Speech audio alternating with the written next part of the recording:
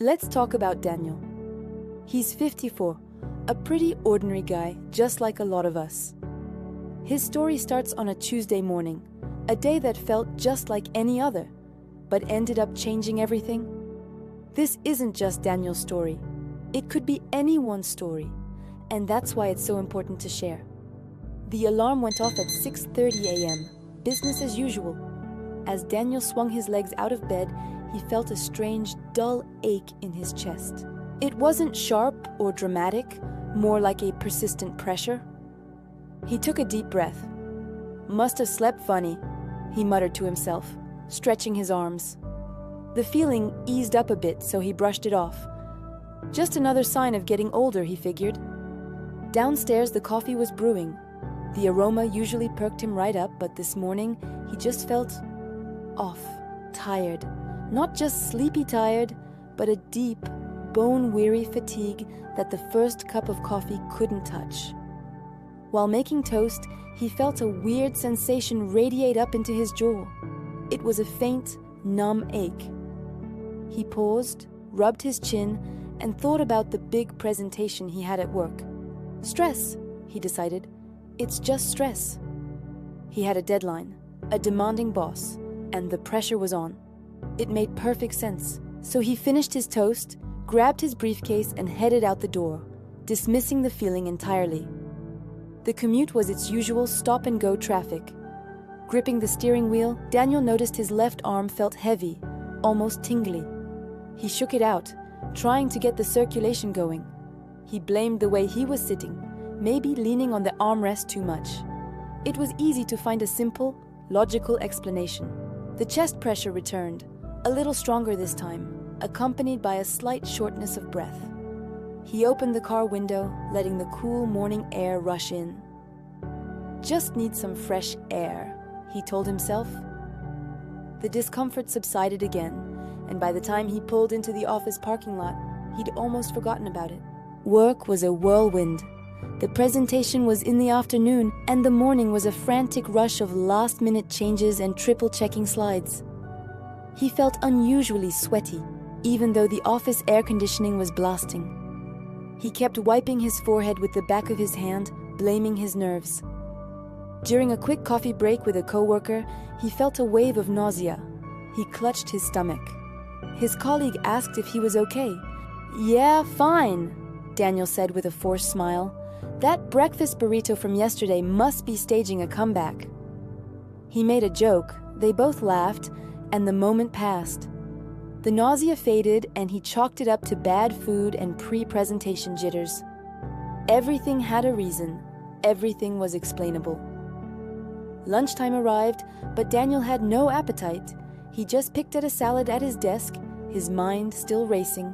The fatigue was back with a vengeance. He felt like he could fall asleep right there in his chair. He pushed through, telling himself he just needed to get through this presentation. Afterward, he could go home and crash. The dull ache in his chest was a constant companion now, a low hum of discomfort he was actively trying to ignore. The presentation began. As Daniel stood in front of his colleagues, the symptoms hit him all at once, and this time they were harder to ignore. The pressure in his chest intensified, feeling like a heavy weight. The ache in his jaw returned, and his left arm felt numb and useless. He started to feel dizzy, the room spinning slightly. He gripped the podium to steady himself, his heart pounding in his ears. He was sweating profusely, his shirt sticking to his back. He tried to take a deep breath, but couldn't seem to get enough air. He stumbled over his words, losing his train of thought. His colleagues looked at him with concern. "Daniel, are you all right?" his boss asked. Daniel tried to wave it off to say he was just tired, but he couldn't get the words out. The pressure was crushing now. It was undeniable. This wasn't just stress. This wasn't just indigestion.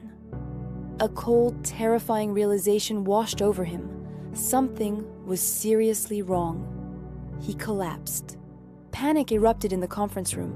Someone yelled to call 911. The next few minutes were a blur of frantic voices, the wail of a distant siren growing closer, and the terrifying feeling of losing control. Daniel was having a major heart attack. At the hospital, the doctors and nurses worked fast. They told him later how lucky he was. The damage was significant, but they had gotten to him just in time. Lying in the hospital bed, hooked up to monitors, Daniel replayed the entire day in his head. Every little symptom he had dismissed, every excuse he had made. The sleeping funny, the stress, the bad burrito, it all seemed so foolish now. The signs were there all day, whispering warnings he had refused to hear. He thought a heart attack was supposed to be sudden, dramatic, movie-like, chest-clutching pain. He never imagined it could be a slow burn, a series of subtle hints that are so easy to explain away. Daniel's story has a hopeful ending. He survived. He went through cardiac rehab, changed his lifestyle, and now shares his story to warn others. But not everyone is so lucky. So, why are we telling you this? Because Daniel's experience is incredibly common. The signs of a heart attack aren't always obvious. They can be vague and confusing. It can be pressure or a squeezing sensation in your chest, not always sharp pain. It can be discomfort in other areas like one or both arms, your back, neck, jaw, or even your stomach. It can be shortness of breath, breaking out in a cold sweat, nausea, or lightheadedness.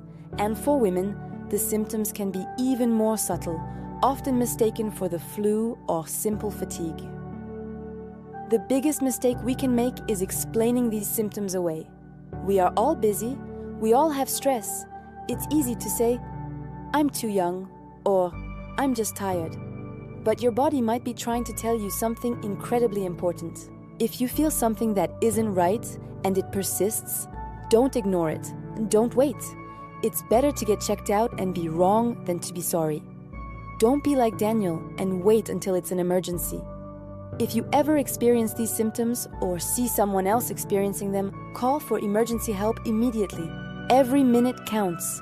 Knowing these signs and acting fast can save a life. It could be a stranger's, a loved one's, or even your own. Thank you for listening to Daniel's story. Please share this video. It might just help someone you know recognize the signs and get the help they need in time. Stay safe and take care of yourselves and each other.